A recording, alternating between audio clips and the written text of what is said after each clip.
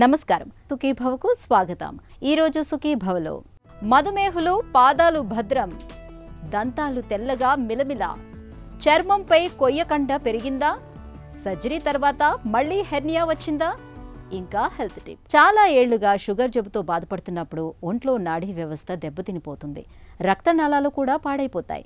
దీంతో స్పర్శ జ్ఞానం కూడా తగ్గుతుంది. ఇలాంటప్పుడు కాళ్లకు పాదాలకు దెబ్బలు తగిలినా, గాయాలైనా పెద్దగా నొప్పి బాధలు కనిపించవు. దీంతో చాలామంది పాదాలపై గాయాలను పుండ్లను పెద్దగా పట్టించుకోరు. ఈ పరిస్థితి చివరకు డయాబెటిక్ ఫుట్ అల్సర్లకు దారితీస్తూ ఉంటుంది. మరికొందరేమో షుగర్ అదుపులోనే ఉందని, మాకేం కాదులే అనుకుంటూ పాదాల సంరక్షణ విషయంలో అశ్రద్ధ చూపిస్తూ ఉంటారు. ఈ రెండు రకాల ధోరణులు మంచివి కాదంటారు డాక్టర్లు. డయాబెటిక్ ఫుట్ అల్సర్ల గురించిన పూర్తి వివరాల్ని ఇప్పుడు తెలుసుకుందాం.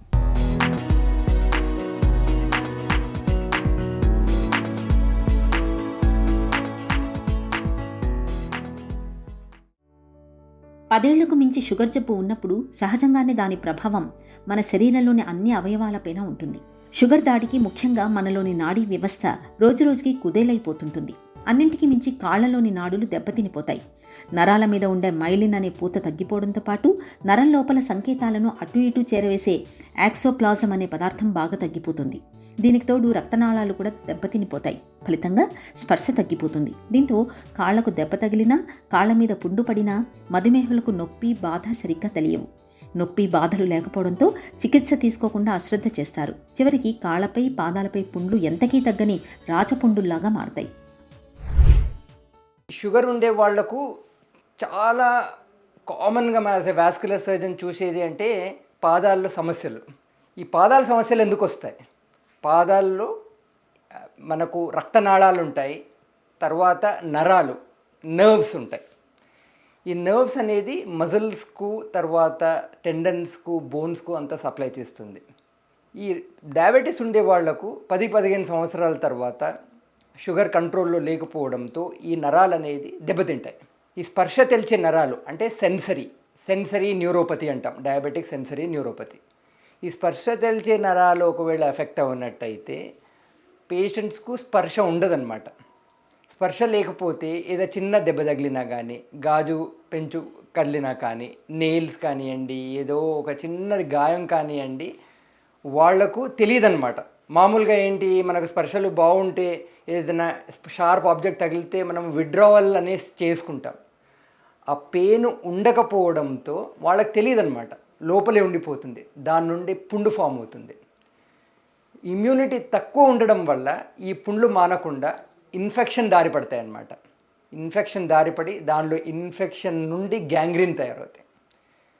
కొంత పేషెంట్స్లో ఈ గ్యాంగ్రీన్ ఎంత సివియర్ అవుతుందంటే వాళ్లకు యాంపిటేషన్ రిస్క్ వరకు వెళ్ళే అవకాశం ఉంటుంది. మధుమేహం మూలంగా నాడీ వ్యవస్థ దెబ్బతినిపోవడంతో కాళ్లకు పాదాలకు స్పర్శ తగ్గిపోతుంది. ఈ దశలో రోగులు తమ సమస్యను రకరకాలుగా వర్ణిస్తుంటారు. దూది మీద నడుస్తున్నట్టుందని, ఇసుక మీద నడుస్తున్నట్టుందని, గాజు పెంకల మీద నడుస్తున్నట్టుందని, రాత్రిపూట నిద్రలో కాళ్ళు మంటలు పెడుతున్నాయని, గుండు సూదులు గుచ్చినట్లు ఉంటోందని, తిమ్మిళ్లు పడుతున్నాయని, చీమలు పాకుతున్నట్లుగా ఉంటోందని చెబుతుంటారు. ఇలాంటప్పుడు వెంటనే డాక్టర్ని సంప్రదించి తగిన పరీక్షలు చేయించుకోవాలి. అశ్రద్ధ చేసే కొద్దీ కాళ్లలోనూ పాదాల్లోనూ పుండ్లు పడి అవి మానకుండా పోవడంతో పాటు గ్యాంగ్రీన్ వంటి తీవ్రస్థాయి సమస్యలకు దారితీసి కాళ్ళు పాదాలను తొలగించాల్సిన పరిస్థితులు ఏర్పడతాయని గుర్తుంచుకోవాలి. ఫుట్ అల్సర్స్ చికిత్స ఇప్పుడు చాలా అడ్వాన్స్డ్ అయిపోయింది. ఆ ఫుట్ అల్సర్ ఏ స్టేజ్లో వచ్చారు అనేది చాలా ఇంపార్టెంట్. ముందుగా పుండ్లు రాకుండా, అల్సర్స్ రాకుండా చూసుకోవడం అనేది చాలా important. Prevention is better than cure అని మనం అందరం వినే ఉంటాము. అది డెఫినెట్గా ఈ డయాబెటిక్ పేషెంట్స్కి మాత్రము అర్చిస్తుంది. చిన్న పుండు ఉన్నప్పుడు వచ్చారంటే వాళ్లకు తగిన life style changes, appropriate footwear, కాళ్ళ రక్షలు ఎలా ఉండాలో చేసుకొని, ఇన్ఫెక్షన్ ఉన్నట్టయితే ఓన్లీ యాంటీబయాటిక్స్ ద్వారా బ్లడ్ షుగర్ మంచిగా కంట్రోల్ పెట్టుకోవడంతో చాలా వరకు మనము ఈ పుండ్లను క్యూర్ చేసుకోవచ్చు కరెక్ట్ టైంలో వచ్చినట్టయితే. కొంత పేషెంట్స్కు బ్లడ్ సర్క్యులేషన్ తక్కువ ఉన్నట్టయితే వాళ్లకు డాప్లర్ స్కాన్, తర్వాత అవసరం ఉంటే యాంజియోగ్రామ్ చేసుకొని బ్లడ్ సర్క్యులేషన్ ఇంప్రూవ్ చేయడానికి చాలా వివిధమైన రకాలు బైపాస్ కానివ్వండి, స్టెంట్స్ కానివ్వండి, బెలూన్ యాంజియోప్లాస్టీలు కానివ్వండి చేసుకొని ఆ పుండుకు తగినంత oxygen, nutrients, blood circulation improve చేయడం ద్వారా ఆ పుండ్లు తొందరగా మానుతాయి. అలాగే కొంత పేషెంట్స్ గ్యాంగ్రీన్ స్టేజ్లో వచ్చారంటే అప్పుడు వాళ్లకు కొద్దిగా ఆ ఏదైతే పార్ట్ చనిపోయినట్టుండి గ్యాంగ్రీన్గా ఉంటుందో ఆ పార్ట్ తీయాల్సిన అవసరం ఉంటుంది. తీసేసి పస్సంతా క్లీన్ చేసిన తర్వాత అప్పుడు మనము బ్లడ్ సర్క్యులేషన్ ఇంప్రూవ్ చేసుకుంటే అప్పుడు కూడా మనం పాదాలను రక్షించుకోవచ్చు. అన్ఫార్చునేట్లీ దురదృష్టవశాత్తు కొంత పేషెంట్స్కు మాత్రము ఇప్పుడు కూడా పాదాలంతా పస్సు అయిపోయి అది కాళ్ళల్లో కూడా స్ప్రెడ్ అయినట్టయితే లైఫ్ మనము సేవ్ చేసుకోవటానికి ఒక్కొక్కసారి యాంపిటేషన్ అనేది చేయాల్సిన అవసరం వస్తుందన్నమాట. మధుమేహం మూలంగా పాదాలు దెబ్బతినే విషయాన్ని కొన్ని ప్రత్యేక పరీక్షల సాయంతో ముందుగానే గుర్తించవచ్చు. డాప్లర్ అనే పరీక్ష సాయంతో చీలమండలు, మోచేతి వద్ద రక్తపోటు ఎలా ఉన్నది తరచూ పరీక్షించుకుంటూ ఉండాలి. చేతుల్లోని రక్తపోటు కంటే కాళ్లలోని రక్తపోటు తక్కువగా ఉంటున్నట్లయితే దాన్ని అనుమానిత సంకేతంగా తీసుకోవాలి. తరచూ డాప్లర్ పరీక్ష చేయించుకుంటూ ఉంటే కాళ్లలో రక్తనాళాలు దెబ్బతినే ప్రమాదాన్ని సుమారు 5 నుంచి 10 ఏళ్ల ముందే పసిగట్టి తగిన నివారణ చర్యలు తీసుకోవచ్చు. షుగర్ ఉండే పేషెంట్స్లు వాళ్ళ బ్లడ్ షుగర్ను కంట్రోల్లో ఉంచుకోవడం చాలా ఇంపార్టెంట్. ఎందుకంటే ఇది లాంగ్ స్టాండింగ్ డిజీజ్. 10-15 సంవత్సరాల తర్వాత ఇప్పుడు మీ షుగరు 200-300 అలాగే ఉన్నట్టయితే ఆల్మోస్ట్ 80-90% పేషెంట్స్కు మాత్రము డయాబెటిక్ ఫుట్లో చేంజెస్ వచ్చే అవకాశం ఉంటుంది. కరెక్ట్గా కంట్రోల్లో ఉంచుకునే వాళ్లకు మీరు ఈ డయాబెటిక్ ఫుట్ రాకుండా చూసుకోవచ్చు. రోజు కాళ్ళను శుభ్రంగా కడుక్కోవాలి. సోప్ వాటర్తో కడుక్కొని తర్వాత డ్రై చేసుకోవాలి. డ్రై చేసుకున్న తర్వాత మాయిశ్చరైజింగ్ క్రీమ్ను జాగ్రత్తగా అప్లై చేయాలి. పైన కింద సోల్లో కూడా అప్లై చేసుకోవాలి. అలాగే మీ పాదాలను చూసుకోవడం, ఇన్స్పెక్షన్ అంటాం, అది ఇన్స్పెక్షన్ చేసుకోవడం చాలా ఇంపార్టెంట్. పాదాల షేప్ ఎలా ఉంది, ఏదైనా క్రాక్స్ ఉన్నాయా, ఏదైనా ఎరుపు రంగు స్వెల్లింగ్ ఉందా, వేడిగా ఉందా, ఏదైనా పుండ్లు ఏర్పడ్డాయా, ఆనెలు ఉన్నాయా, లేకపోతే ఏమైనా డిశ్చార్జ్ పస్సు ఏమైనా వస్తూ ఉందా, గ్యాంగ్రీన్ బ్లాకిష్ డిస్కలరేషన్ నలుపు రంగులో ఏదైనా చేంజ్ అయిందా అనేది మనము రోజు ఒకసారి పాదాల పైన కింద వేళ్ల మధ్యలో, చాలామంది వేళ్ల మధ్యలో చూసుకోరు, వేళ్ల మధ్యలోనే చాలా వరకు పుండ్లు స్టార్ట్ అవుతాయి. సో వాళ్ళకి ఏదైనా ఫంగల్ ఇన్ఫెక్షన్ ఉందా అని చూసుకోవడం మాత్రం చాలా ఇంపార్టెంట్. పాదరక్షలు కరెక్ట్గా షూస్ సైజు చూసుకోవడం చాలా ఇంపార్టెంట్. పాదరక్షలు వేసుకునే ముందు ఒకసారి చేతి వేసి ఏదైనా ముళ్ళులు ఉన్నాయా, గాజు పెంకులు ఉన్నాయా అని చూసుకోవాలి. ఎందుకంటే స్పర్శ ఉండదు కాబట్టి. అలాగే లోపల ఉసుకను ఏదో ఉందనుకోండి, అలాగే వేసుకునేసరికి సాయంత్రం కల్లా పుండు ఫామ్ అయిపోతుంది. ఒకసారి అది కూడా చూసుకోవాలి. అలాగే ఏ చిన్న సమస్య ఉన్నా కానీ ఇగ్నోర్ చేయకూడదు. షుగర్ ఉండే పేషెంట్స్లు ఏ చిన్న క్రాక్ వచ్చినా కానీ మీ దగ్గరలో ఉండే డయాబెటిక్ ఫుడ్ సెంటర్కి వెళ్ళేసి పరీక్ష చేసుకోవడం అనేది చాలా ఇంపార్టెంట్. మధుమేహం మూలంగా పాదాలు దెబ్బతినకుండా ఉండేందుకు కాళ్లను, పాదాలను తరచూ శుభ్రంగా ఉంచుకోవాలి. రోజూ కాసేపు పాదాలను ఉప్పు కలిపిన గోరువెచ్చటి నీటిలో ముంచి శుభ్రం చేసుకోవడం మరీ మంచిది. కాలి వేళ్ల మధ్య, అరికాళ్ల మధ్య తేమ లేకుండా చూసుకోవాలి. నైలాన్ సాక్సులు మాత్రమే వాడుకోవాలి. చెప్పులకు, పాదాలకు మధ్య రాళ్లు పడకుండా చూసుకోవాలి. చెప్పుల్లో మేకులు, ముళ్ళ వంటివి ఏమైనా ఉన్నది లేనిది తరచూ పరిశీలించుకుంటూ ఉండాలి. మడమపైన ఒత్తిడి పెంచే చెప్పులు ధరించకూడదు. మధుమేహుల కోసం ప్రత్యేకంగా తయారు చేసే డయాబెటిక్ ఫుట్వేర్ వాడడం శ్రేయస్కరం. కాలిగోళ్లను ఎప్పటికప్పుడు కత్తిరించుకుంటూ ఉండాలి. ప్రార్థనా మందిరాలకు వెళ్ళినప్పుడు పాదాలకు చెప్పులు ఉండవు. ఇలాంటప్పుడు కొబ్బరి చిప్పలు, పెంకులు వంటివి గుచ్చుకోకుండా జాగ్రత్త పడాలి. ఈ జాగ్రత్తలు పాదాలకు చాలా వరకు సమస్యల్ని తగ్గిస్తాయి. చక్కటి పలువరుసతో దంతాలు ముత్యాల్లా తెల్లగా మెరుస్తున్నప్పుడే మన చిరునవ్వు శోభాయమానంగా ఉంటుంది. అయితే కారణాలు ఏమైనా కావచ్చు. మనలో చాలామందికి వయసుతో పాటు దంతాలు క్రమంగా రంగు మారిపోతూ ఉంటాయి. ఇక దంత సంరక్షణలో సరైన జాగ్రత్తలు తీసుకోపోవటం, పొగాకు, గుట్కా, పాన్, జర్దా, మద్యం వంటి అలవాట్లు మన దంతాల్ని పసుపు రంగులోకి మార్చేస్తూ ఉంటాయి. ఒకప్పుడైతే రంగు మారిన దంతాల విషయంలో చేయటానికి ఏమీ ఉండేది కాదు. కానీ ఇవాళ బ్లీచింగ్, పాలిషింగ్ వంటి ఆధునిక ప్రక్రియల సాయంతో దంతాలకు తిరిగి తెలుపుదనాన్ని తేవచ్చని చెబుతారు నిపుణులు.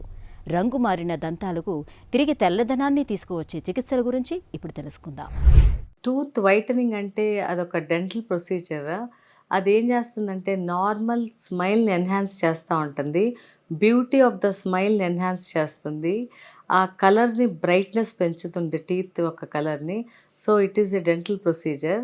దీనికి మనం ఏం చేస్తామంటే హైడ్రోజన్ పెరాక్సైడ్ కానీ కార్బమైడ్ పెరాక్సైడ్ కానీ యూస్ చేస్తాము వైట్నింగ్ కోసం.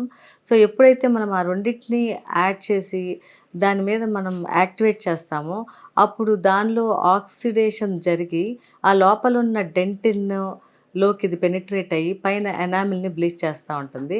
సో ఏ కారణం చేతైనా టూత్ డిస్కలర్ అయితే ఈ టూత్ వైట్నింగ్ ప్రొసీజర్స్ అనేవి చేస్తాం.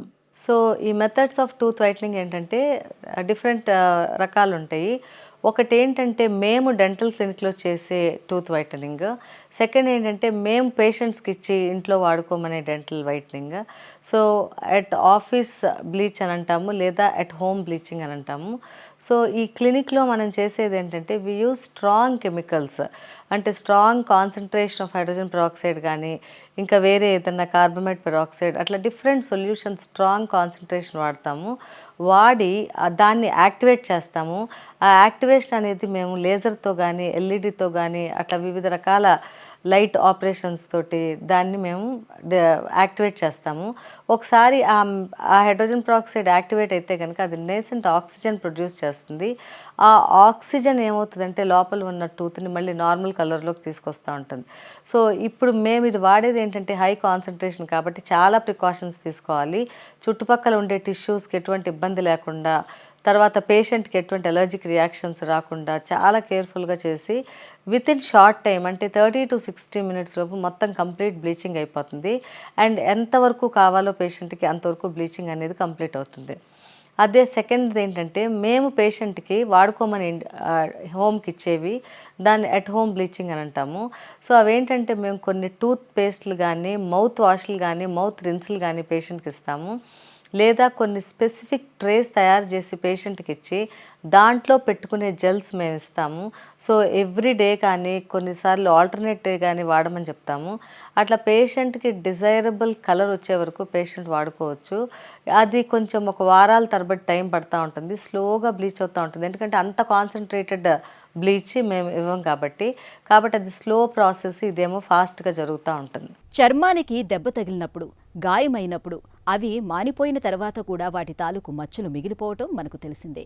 ఆపరేషన్ తాలూకు గాయాల విషయంలో ఇది మనకు స్పష్టంగా తెలుస్తూ ఉంటుంది. అయితే కొన్ని సందర్భాల్లో కోతలు, ఘాట్లు మానిపోతున్న దశలో ఆ భాగంలోని కణజాలం అంతా గట్టిగా కొయ్యకండలాగా మారి చర్మంపై ఉబ్బెత్తుగా కనిపిస్తూ ఉంటుంది. ఈ రకమైన కణజాలాన్ని కిలాయిడ్స్గా పిలుస్తారు. వీటితో ఎలాంటి ప్రమాదం ఉండదు, కానీ చూడటానికి మాత్రం ఎబ్బెట్టుగా కనిపిస్తూ ఉంటుంది. అయితే ఇలాంటి కిలాయిడ్స్ని మాయం చేయడానికి ఆధునిక వైద్యంలో ఇవాళ చక్కటి చికిత్సలు అందుబాటులో ఉన్నాయని చెబుతున్నారు నిపుణులు. కిలాయిడ్స్ని కరిగించే ఆధునిక చికిత్సల గురించి ఇప్పుడు తెలుసుకుందాం. ఈ కీలాయిడ్ అనేది ఎక్సెస్ అంటే ఎందుకు వస్తుంది అంటే కనుక, సపోజ్ ఏదైనా సరే దెబ్బ తగిలినప్పుడు కానీ ఇంకేదైనా ఫర్ అదర్ సర్జరీ చేసినా కానీ ఏమవుతుందంటే ఆ ఏరియా హీల్ అయ్యేటప్పుడు నార్మల్గా కొంచెం బేసిక్ స్కిన్ దాని కింద ఉండే కనెక్టివ్ టిష్యూను దాన్ని ఎక్కువగా డర్మిస్ అంటాం అనమాట. That is the one which holds our ఇదన్నమాట ఆ ప్రాపర్టీని. సో అది దాని కింద ఉండే ఫ్యాట్ కానీ అండ్ ఇంకా మిగతా సబ్స్టెన్సెస్ కూడా ఉంటాయి, స్ట్రక్చర్స్ కూడా. ఈ హీల్ అయ్యేటప్పుడు ఏంటంటే డర్మిస్లో అంటే మన చర్మం కింద ఈ కనపడే ఈ కలర్ యొక్క దాని కింద ఏంటంటే దీని ఎపిడర్మిస్ అంటారు, వెరీ థిన్ లేయర్ అన్నమాట. దీని కింద యాక్చువల్ అసలు ఇది ఉంటుంది అన్నమాట, డర్మిస్ అని అందరికీ తెల్లగా ఉంటుంది. అది దాంట్లో ఉండే కొంచెం కనెక్టివ్ టిష్యూ ఏంటంటే ఒక కంపోనెంట్ బాగా ఎక్సెసివ్గా ప్రొలిఫరేట్ అయ్యి బాగా ఎక్కువగా ఫామ్ అయ్యి ఏమవుతుందంటే హైపర్ట్రోఫిక్ స్కార్ అంటాం, బాగా ఎక్కువ వస్తా అంటే. అదే కనుక ఆ బౌండరీస్ కూడా దాటిపోయి పక్కకు కూడా వెళ్ళిపోతా అంటే దాన్ని కీలాయిడ్ అంటాం. ఇది తీసినా కానీ మళ్ళీ వచ్చే ఛాన్స్, అందుకనే ఇది క్యూర్ లేదు, but it can be controlled. Definitely it can be controlled, is no doubt. So then దీని తర్వాత what are the various aspects. దీంట్లో కన్సర్వేటివ్ అంటాం, విచ్ ఇంక్లూడ్స్ అంటే మెడికల్ ఇలాంటి ఆయింట్మెంట్స్, ఇంజెక్షన్స్, ఈవెన్ అవసరమైతే రేడియేషన్స్ ట్రీట్మెంట్ కూడాను. ఇంకా last resort, as a last resort only surgery అండి. సర్జరీని ఎంత లేట్గా చేస్తే అంత మంచిది అనమాట వీటిలో, unless there is some compelling reason ఉంటే తప్పించి చేయకూడదు అనమాట. సో ఇంజెక్షన్స్లో కూడా very very mild dose steroids అంటాం. కంగారు పడక్కర్లేదు, ఈ స్టీరాయిడ్స్ ఏమి ఎక్కడికి బాడీలోకి అబ్జర్వ్ అవ్వవు. యూజువల్లీ లోకల్ యాక్టింగ్ అనమాట, స్మాల్ డోసెస్. అవసరం అనుకుంటే 1 or 2 ఇంజెక్షన్స్ తగ్గిపోవచ్చు, మళ్ళీ ఎప్పుడన్నా రావచ్చు. కొంతమందికి ఆ 1 or 2 ఇంజెక్షన్స్కే చక్కటి రిలీఫ్ వస్తుంది అనమాట. మళ్ళీ వస్తే తిరిగి దాంతోపాటుగా ఏదైనా అవసరమైతే 5-FU అని అండ్ కొంచెం యాంటీ క్యాన్సర్ డ్రగ్ లాంటిదండి, అది కూడా చాలా మైల్డ్ డోస్ ఇస్తాం. They are effective to some extent అనమాట. About 50% or even more than 50%లో ఈ విధంగా మనం దాన్ని కంట్రోల్ చేయొచ్చు. సో దాని అంటే సైజుని తగ్గించవచ్చు, బట్ ఏంటంటే మళ్ళీ రాబోయేదాన్ని మనం ఆపలేమన్నమాట అదనమాట.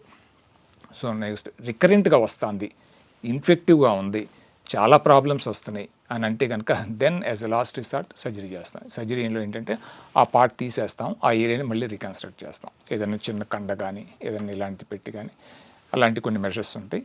దాని ద్వారా సర్జరీ ద్వారా ఆ కేలాయిడ్ని వీ ట్రై టు అవాయిడ్. కొన్ని రకాల సమస్యలతో పెద్దగా ఇబ్బంది లేకపోయినా బాగా అసౌకర్యాన్ని కలిగిస్తూ ఉంటాయి. హెర్నియా అలాంటి సమస్యే. వాడుకలో దీన్నే పేగు జారడంగా పిలుస్తారు. దగ్గినప్పుడు, తుమ్మినప్పుడు చర్మం కింద నుంచి ఉబ్బులాగా బయటకు కనిపిస్తూ చిరాకు పుట్టించే హెర్నియాకు ఆధునిక వైద్యంలో ఇవాళ మనకు సర్జరీ రూపంలో ఒక చక్కటి పరిష్కారం అందుబాటులో ఉంది. సంప్రదాయ సర్జరీకి భిన్నంగా లాప్రోస్కోపిక్ పద్ధతిలో కేవలం చిన్నపాటి రంధ్రాల సాయంతో జల్లెడ లాంటి మెష్ను అమర్చి సులువుగానే హెర్నియాను బాగు చేయగలుగుతున్నారు. అయితే కొద్ది మందిలో సర్జరీ తర్వాత కూడా మళ్లీ హెర్నియా రావటం అనేది కనిపిస్తోంది. రికరెంట్ హెర్నియాగా పిలిచే ఈ రకమైన పరిస్థితికి కారణాలు, పరిష్కార మార్గాల గురించి డాక్టర్ని అడిగి ఇప్పుడు తెలుసుకుందాం.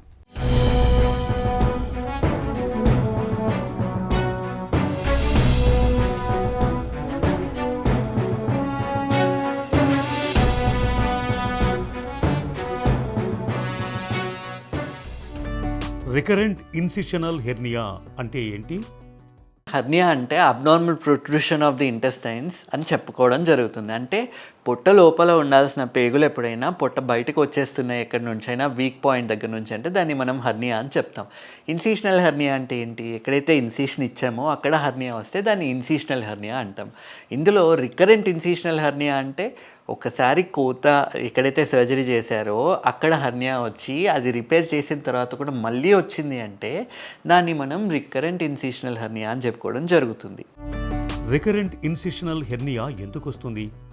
బేసిక్గా పొట్ట లోపల ఒత్తిడి ఎక్కువైతే ఇవి ఇంటెస్టైన్స్ అనేవి, పేగులు అనేవి బయటికి చొచ్చుకొని రావడం జరుగుతుంది. సో ఇది ఎవరిలో చూస్తాం మనం సాధారణంగా? పొట్ట లోపల ఒత్తిడి ఎక్కువ ఉంది అన్నప్పుడు ఇవి చూడడం జరుగుతుంది. ఇప్పుడు మోషన్ వెళ్తున్నారు, ఫ్రీ మోషన్ అవ్వట్లేదు, వీళ్ళు చాలా టైట్గా ప్రెషర్ అప్లై చేసి మోషన్ పాస్ చేయడానికి ట్రై చేసినప్పుడు పొట్ట లోపల ఒత్తిడి అనేది పెరిగిపోవడం చూస్తున్నాం. అప్పుడు ఒకవేళ కండరాలు వీక్గా ఉన్నాయి ఆర్ న్యాచురల్ ఆరిఫైసెస్ ఉంటాయి. ఇప్పుడు మన యాంటీరియర్ అబ్డామినల్ వాల్ తీసుకుంటే బొడ్డు దగ్గర లేదా అంబ్లికస్ అని ఏదైతే అంటామో అక్కడ న్యాచురల్గానే కొంచెం వీక్నెస్ ఉండే ఛాన్సెస్ ఉంటాయి. సో ఎవరిలోనైతే ప్రోటీన్ డెఫిషియన్సీస్ ఉంటాయో, మజిల్ వేస్టింగ్ ఉంటుందో, అంబ్లికస్ అనేది ఫస్ట్ వీక్ అయ్యే ఛాన్సెస్ ఉంటాయి. సో అక్కడి నుంచి ఈ పేగులు అనేవి బయటికి రావడం చూస్తుంటాం. అదే మగవాళ్ళలో తీసుకున్నట్టయితే ఇంగ్వైనల్ హెర్నియాస్ అనేవి ఎక్కువగా చెప్పుకోవడం జరుగుతుంది. అయితే ఇన్సిషనల్ హెర్నియా సాధారణంగా విమెన్లోనే ఎక్కువ చూడడం జరుగుతుంది. ఆర్ ఎల్స్ ఇంతకుముందు ప్రీవియస్ ల్యాప్రోటమీ అయింది, వాళ్ళు కావాల్సినంత మాంసకృతులు తీసుకోవట్లేదు, లేదు అంటే లాస్ట్ టైం ఆపరేషన్ అయిన తర్వాత మెష్ వేయకుండా రిపేర్ చేశారు, లేదు మెష్ వేసిన ఇన్ఫెక్షన్ లాంటిది వచ్చింది, అట్లాంటప్పుడు వీళ్ళల్లో రికరెన్స్ వచ్చే ఛాన్సెస్ ఎక్కువ ఉంటాయి. లేదు ఇన్సిషన్ చేసినప్పుడు మెష్ వేశారు కానీ కావాల్సిన సరిపడా సైజ్ వేయలేదు అన్నప్పుడు దానిపైన కింద నుంచో మళ్ళీ హెర్నియా అన్నది ఫామ్ అయ్యే ఛాన్సెస్ ఉంటాయి. ఎప్పుడైనా కానీ హెర్నియా ఉంది అంటే దాన్ని అశ్రద్ధ చేయడానికి లేదు. దానికి under supervision pre operative optimisation అన్నది చేయించుకున్న తర్వాత ఎప్పుడు ఆపరేషన్ చేయాలో డిసైడ్ చేసి చేంజ్ చేసుకోవడం బెటర్. ఒకవేళ ఆగిన 1-2 నెలలు ఆగినా కానీ అది డాక్టర్ సూపర్విజన్లో, సర్జన్ సూపర్విజన్లో ఆగితే పర్వాలేదు. రికరెంట్ ఇన్సిషనల్ హెర్నియా విషయంలో ఎలాంటి పరీక్షలు చేస్తారు? ఒక్కసారి హెర్నియా ఫామ్ అయిపోయింది అన్న తర్వాత దాన్ని ఖచ్చితంగా సర్జరీ చేసే రిపేర్ చేయాల్సి ఉంటుంది. అయితే చాలామందిలో ఏమవుతుంది, ఆ ఒత్తిడి అన్నది ఎక్కువ ఉండడం వల్ల వీళ్ళలో హెర్నియా ఫామ్ అవ్వదు కానీ చాలా మటుకు ఈ షీత్ అన్నది థిన్అవుట్ అయిపోవడం చూస్తున్నాం.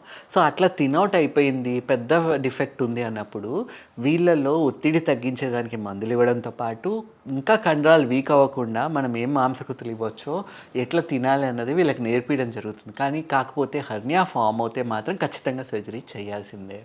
ఓపెన్ సర్జరీ చేసిన తర్వాత ఈ రికరెన్స్ వచ్చింది అన్నప్పుడు వీళ్ళలో ల్యాబ్ చేస్తే రిజల్ట్స్ బాగుండడం స్టడీస్ చెప్తున్నాయి. అదే ల్యాప్రోస్కోపీ చేసిన తర్వాత వీళ్ళలో మళ్ళీ హెర్నియా వచ్చింది అన్నప్పుడు ఓపెన్ చేస్తే రికరెన్స్ లేకుండా ఉండడం చూస్తున్నాం. సో అందుకే పేషెంట్ టు పేషెంట్ వేరీ అవుతారు. ఏ సర్జరీ మీకు కరెక్ట్ అన్నది your surgeon will have to decide for you. Recurrent incisional హెర్నియాను ఎలా సరిచేస్తారు? సర్జరీ ఎలా ఉంటుంది? సాధారణంగా ఇంతకుముందు మొత్తం ఓపెన్ చేసి చేసేవాళ్ళము, పెద్ద కట్స్ ఇచ్చి చేసే అవసరం పడేది. అయితే ఇప్పుడు ల్యాప్రోస్కోపీ ఎప్పటి నుంచి అయితే గత 15-20 ఏళ్ళకు కూడా మనం ల్యాప్రోస్కోపీ ద్వారా ఎప్పుడైతే రిపేర్ చేస్తున్నామో కీ హోల్ సర్జరీ అని చేస్తున్నాం. బేసిక్గా ఒక 1 సెంటీమీటర్ లేదా సగం సెంటీమీటర్ కట్స్ మాత్రమే ఇవ్వడం జరుగుతుంది. వాటిల్లోంచే ట్రోకార్డ్స్ని ఇన్సర్ట్ చేసి, ఇన్స్ట్రుమెంట్స్ని ఇన్సర్ట్ చేసి, కెమెరా ఇన్సర్ట్ చేసి, ఆ లోపల ఎంత పెద్ద మెష్ వేయాలి అన్నది నిర్ధారణ చేసుకున్న తర్వాత ఆ మెష్ని కూడా రోల్ చేసి ట్రోకార్ గుండానే లోపల పెట్టడం జరుగుతుంది. అండ్ ఆ చిన్న చిన్న కట్స్ నుంచే మనం మేజర్ వాటి మెష్ని కూడా లోపల ఫిక్స్ చేయడం జరుగుతుంది. అండ్ అదే కాకుండా ఇప్పుడు టెక్నాలజీ అడ్వాన్స్ అవ్వడం వల్ల ఇంతకుముందు నాన్ అబ్జార్బుల్ ట్యాకర్స్ అని ఉండేవి, ఇప్పుడు అబ్జార్బుల్ ట్యాకర్స్ అని వస్తున్నాయి. వాటిని పెట్టి ఆ మెష్ని పైన యాంటీరియర్ అబ్డామినల్ వాల్కి ఫిక్స్ అయ్యేటట్టు చేయడం జరుగుతుంది. ఈ మెష్ కూడా ఏంటి, పేగులతోని కాంటాక్ట్లో ఉన్న అతుకులు పడకుండా ఉండే మెషెస్ కూడా ఇప్పుడు అందుబాటులో ఉన్నాయి. వాటిలో ఇంకా అడ్వాన్స్మెంట్ అవుతూనే ఉంది. సో ఈ మెష్ ఎంత సైజ్ కావాలన్న దాన్ని బట్టి ఎంత పెద్ద మెష్ పెట్టాలి, అసలు లోపల అబ్డామిన్ లెంత్ ఎంత ఉంది చూసుకున్న తర్వాత డిసైడ్ చేయడం జరుగుతుంది. ఇవే కాకుండా ఇప్పుడు లేటెస్ట్గా 3D మెషెస్ అని రకరకాల అడ్వాన్స్మెంట్స్ జరుగుతున్నాయి. వీటన్నిటి వల్ల ఏంటి అంటే పేషెంట్ చాలా సింపుల్గా సర్జరీ తర్వాత నెక్స్ట్ డేనే ఇంటికి వెళ్ళిపోవడం చూస్తున్నాం. ఇప్పుడు లేటెస్ట్గా రోబోటిక్ సర్జరీ అని చేస్తున్నాము.